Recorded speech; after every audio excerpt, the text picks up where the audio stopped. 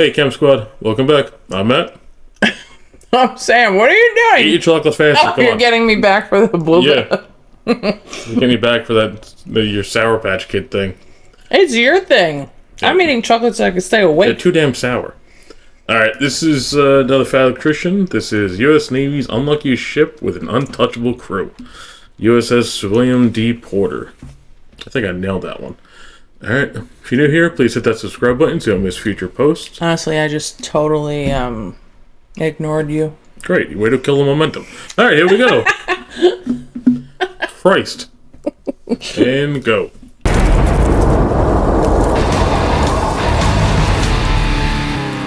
Totally blacked yes, out. The time the USS Iowa got a jacuzzi tub installed in it, and then like 2 days later, an American destroyer shot a torpedo at it. Yeah. Quack. And today we're talking about the ship that shot that torpedo. Ladies and gentlemen, the unluckiest ship in U.S. naval history, the USS William D. Porter, unaffectionately nicknamed These things are so long, the it's Willie insane. D. But first, a word from our sponsor, because this video is brought to you by... I like that shirt. I need that Bang shirt. Print Hawaiian shirt, because we have a bunch of new merch over at the merch store, and That's a I cool just started shirt. a Patreon where I'm going to be posting all the deleted scenes from these videos and a bunch of other behind-the-scenes content. So if you wanted to check that out, it's all over at thefatelectrician.com. Head there after the video, which we're going to get back to right now. All right, important background. That's a info. fun The Willie D shirt. is a Fletcher-class destroyer. If you don't know, right after the attack on Pearl Harbor, America decided, hey, we need a bunch of more naval power if we want to fight this war. So they basically had two options of how to go about that. Option A, they could do what the Germans and the Japanese were doing by creating a couple of warships that were like really, really good, supposedly. You know, like they're going to have a bunch of armor and a bunch of firepower, and they're going to be Yamamoto? unstoppable and huge and blah, blah, blah, blah, Sunk blah. Or planes option down. B, they could go with the tried and true American strategy of accuracy by volume. You can have one really big, really powerful warship, or you can have a shit ton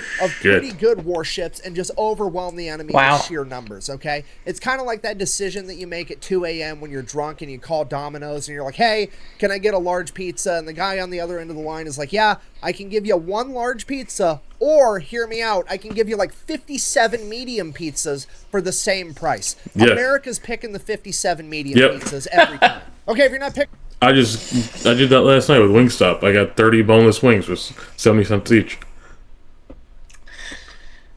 And you got 5, and you're like, I'm done. I'm like, No, I got... was it 7 or 8? No, I got tenders. You got wing... Okay, I'm sorry. You did not get wings. You got wing nuggets. Okay? Wings is in the bone. If you have to use a fork to eat a wing, that is not a wing. That is a nugget. they weren't on sale. Either way, moving on. No, you never eat the freaking wings. That's not true. for the same price. America's picking the 57 medium pizzas every time. Huh. Okay, if you're not picking up what I'm putting down, the Fletcher-class destroyer is quite literally the Sherman tank of the ocean, okay? Oh, shit. America built a ton of them. Which, you know, good, that's a great strategy. The only problem with making a bunch of new warships, though, is that you're going to need a bunch of new sailors, and new sailors don't always have a ton of experience, and that is where the story really begins. So, once upon a time, July 6, 1943, the USS William D. Porter gets commissioned and put into service. We now have a brand new warship being crewed by presumably a bunch of rookies. And they're in need of their first mission. It's probably going to end up being something pretty easy, you know, where all the new guys can get their feet wet, get some experience, build their confidence up, something along those lines, you would think, but no, absolutely not. We're going to go ahead and send them on a super duper top secret mission where they are going to help escort the USS Iowa across the Atlantic Ocean to North Africa. You know, the same Atlantic Ocean that in 1943 was infested with German U-boats that were sinking hundreds of ships. And just to be clear, this mission is so secretive that nobody even involved in the mission knows what's going on until it's already happening. This is like the Snoop Dogg or Willie Nelson of secret missions, okay? This is the highest level of secrecy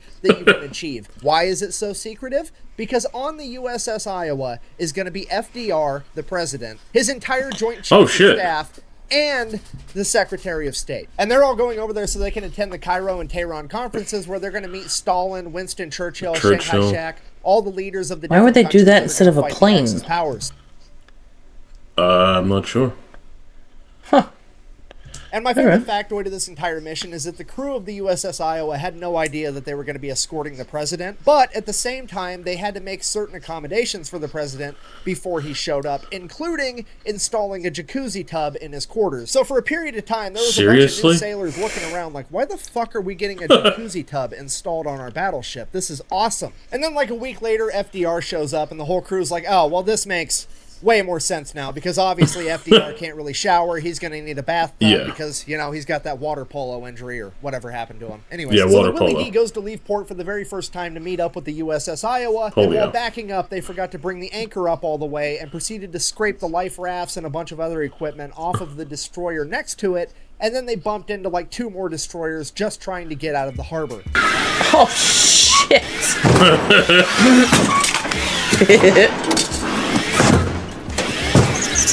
So they set out on this super secret mission escorting the president across the Atlantic. It's the USS Iowa being escorted by 3 destroyers, including the Willie D, and 2 escort carriers. Now, while they're traveling, they have to have complete silence to be as quiet as possible to not get detected by U-boats, and that includes not using the radio. Absolute radio silence. You have to communicate using signal lamps instead. So fast forward, we're like 24 hours into this 8-day-long mission. Everything is going great. Then suddenly they hit a rough patch of ocean, and the Willie D apparently didn't strap down all of their depth charges, and one of them just rolls off the ship into the water and fucking explodes. Okay, now the crew of the Willie D knows exactly what happened, but all the other ships have no idea, and all they know is that there was a huge explosion underwater near the boat. Oh my God. And they're trying to be silent. Yeah, that didn't really work out too well. Shut up. It's like, shh. Yeah, right? The president is on. Everything went from 0 to DEFCON holy shit like that. So they're thinking they're getting attacked by German U-boats. They break out into evasive maneuvers. Everybody's running to the battle, getting ready for a fight. And then the Willie D hops on the signal lamp and we're like, sorry, that was us. The whole radio silence thing actually comes in pretty clutch for the Willie D right here, because since they can't talk on the radio, command has no idea of actually figuring out what happened. They're not going to know that somebody just forgot to ratchet strap down the depth charges, and they also can't get chewed out via signal lamps. So the whole conversation is pretty much just that. Hey, that was us. We're not getting attacked. The end. For now. And since this is the first of 8 days on this voyage, there's a good chance that everybody's just gonna forget that this happened and we can all move on. Fast forward 2 days, we're now on the 3rd day of the 8-day voyage, and the USS Iowa goes full dog and pony show mode, and they decide they're gonna release a bunch of weather balloons to be able to shoot their anti-aircraft guns at to show off for the president. So they get these weather balloons. I thought you had to be quiet. And they proceed to let them float all the way across the continental United States from Montana to the coast of South Carolina before they shoot them down with an F-22 Raptor. Wait, that's the fucking wrong story. What? Sorry, so the USS Iowa opens fire with their anti-aircraft guns. They're taking out all these weather balloons. FDR's super impressed, but then there's a huge gust of wind, and it blows a bunch of these weather balloons out of range and over towards the Willie D. At this point, the Willie D is like, oh shit, this is our chance to redeem ourselves. Quick, man these anti-aircraft guns. We got to take out these balloons. And that's exactly what they do. They start absolutely destroying these balloons. They popped every single one of them. They did a terrific job. So they pop all these balloons. The crew of the Willie D is just amped. They've totally redeemed themselves. Everybody's going to forget about that depth charge thing now. This is the best day ever. So the commander decides, not wanting to lose all of his crew's motivation, they're also going to do some torpedo drills. Keep boosting up their morale, you know? Oh so my when you do a torpedo drill, you send the torpedo guy down, and he takes the primers out of the torpedoes in the torpedo tube, so that when you fire the torpedo for the drill, it doesn't actually launch the torpedo. So the chief torpedo officer goes down, takes all the primers out of the torpedoes, gives a thumbs up that they're good to proceed with the exercise. The commander of the Willie D then picks a target. Now, bear in mind, he's trying to improve his men's confidence and morale, and what are you going to do if you want them to score a hit? You're going to aim for the biggest target, right? Give them the one with the president on it. Opportunity to succeed that you can give them. So, oh my God, no! USS Iowa, you know, the ship with the president on it. So the crew takes aim with the torpedo tubes. Commander gives holy shit! Torpedo number 1. Click. Torpedo stays in the tube. Nothing happens. They wait a few minutes. They're like, oh, hey, we scored an imaginary direct hit. Good for us. Terrific. Commander gives the order again. Fire torpedo number 2. Click. Nothing happens. Wait a few minutes. Oh, hey, we scored another direct hit. Commander gives the order. Fire torpedo number 3. Chief torpedo officer, fire fucking what now? The Willie D has now just fired a live torpedo at the President of the United States, and they have anywhere between 3 and 5 minutes before that thing hits the USS Iowa. What do? Obviously, you radio over to the Iowa and say, You need to move right now. But we can't do that because we're under orders to maintain radio silence, remember? And if we break radio silence, some German U-boat might come out of nowhere and shoot a torpedo at the president. So they decide they're not going to use the radio, which is like not calling the fire department when your house is on fire because they're going to show up and get shit wet. Like, sometimes you just have to fight fuck-ups with fuck-ups, okay? But whatever. So they decide they're not going to use the radio. They're going to use a signal lamp instead. So this poor, what I presume to be an 18-year-old kid that was probably in high school 6 months ago, climbs up on this signal lamp, probably having the worst panic attack of his entire life, knowing full well that if he messes this up, he very well may be partially responsible for killing the longest sitting president, both literally and figuratively, in American history. And the panic attack is starting to get the best of him, because he's up there like, that's not funny, though. 2 if I see. How many fucking lanterns do I have to hang to signal, don't move, there's a torpedo coming at you? So the commander of the Willie D tells this kid, signal the Iowa, tell him there's a torpedo coming towards you. The kid sends a signal, the Iowa gets a signal, and it reads as, and I quote, there's a torpedo moving away from you. So now the Iowa's super confused. They signal back. What? So the commander of the Willie D tells this kid, fuck it, just signal the Iowa, tell him to back up. Kid sends a signal, the Iowa gets it, and it reads, and I quote, we're backing up, meaning the Willie D is backing up. So the Iowa's sitting there like, there's a torpedo moving away from us, and the Willie D is backing up. I think they're getting attacked by a submarine right now. So they signal back, where's the submarine? After hearing this, the commander of the Willie D finally comes to the realization that he would rather be the guy that broke radio silence than be the guy that killed the president of the United States, so he picks up the radio and calls over to the Iowa. He says something along the lines of Lion, which is the Iowa's code name. Emergency, torpedo in the water, turn right. The Iowa doesn't know who's talking to him, so they're like, say again, who is this? And he's like, it's the commander of the Willie D, fucking turn right or you're gonna get hit by a torpedo. So they bank right. At this point, all hell breaks loose on the USS Iowa because there's a torpedo coming towards them and they have the president on board. Everybody's running around like chickens with their heads cut off. At this point, FDR decides he's going to be a complete gangster, just straight up hold my blanket, orders his secret security guys to wheel him up to the railing because he wants to make eye contact with this torpedo as it shoots the USS Iowa. And in his own diary later on, he would go on to write about how he personally saw that torpedo miss by only 1,000 feet. So the torpedo missed, the crisis is averted, but the only problem is now Willie D is the only ship that knows what actually happened, and all the other ships are still looking for a submarine that attacked the USS Iowa. So it got away. Radio over and was like, yeah, that was us.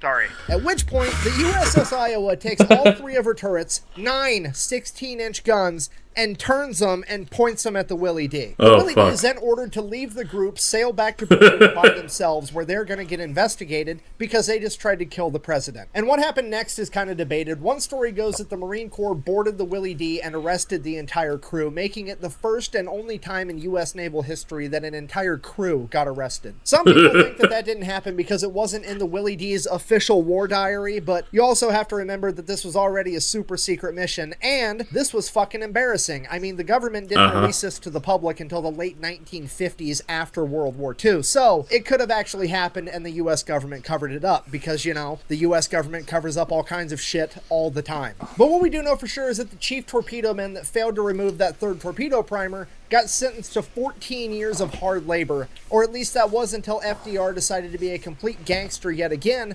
because apparently he found the entire almost assassination attempt thing funny and decided to pardon him. So that was that. The president stepped in, said it was fine. Now the Willie D got sent over to the Northern Pacific. They had to make their way through the Panama Canal up the west coast. Now they're operating off the coast of Alaska and around the Aleutian Islands. They're there for about a year and everything goes great. They do a bunch of training, they go on a couple missions doing anti-submarine work, they do some shore bombardments, everything goes according to plan and it's perfect. Then they find out the word that since they're performing so well, they're going to be sent over to the actual Pacific Theater and they're going to be fighting in the Philippines and eventually the Battle of Okinawa. Like, this is where the real fighting is going on and these guys are pumped to be sent there. So just to reiterate, like, they've done their time, they've put a lot of hard work in, they're starting to redeem themselves, they're getting another shot, and they're about to leave the Northern Pacific. What do you think they do?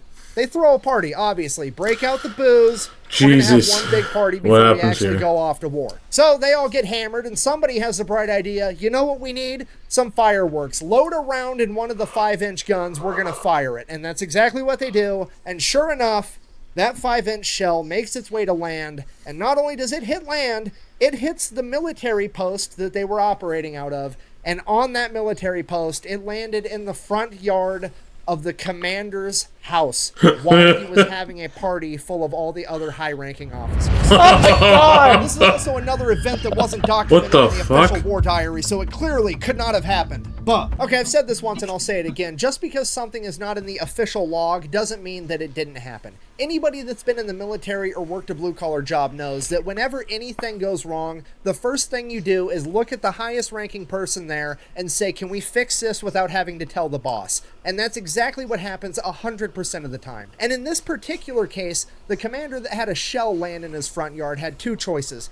He could A, pull their orders to go to the Pacific so that he could launch an investigation and try to get people in trouble. That's going to take 2 years of his time. No, get them away from you.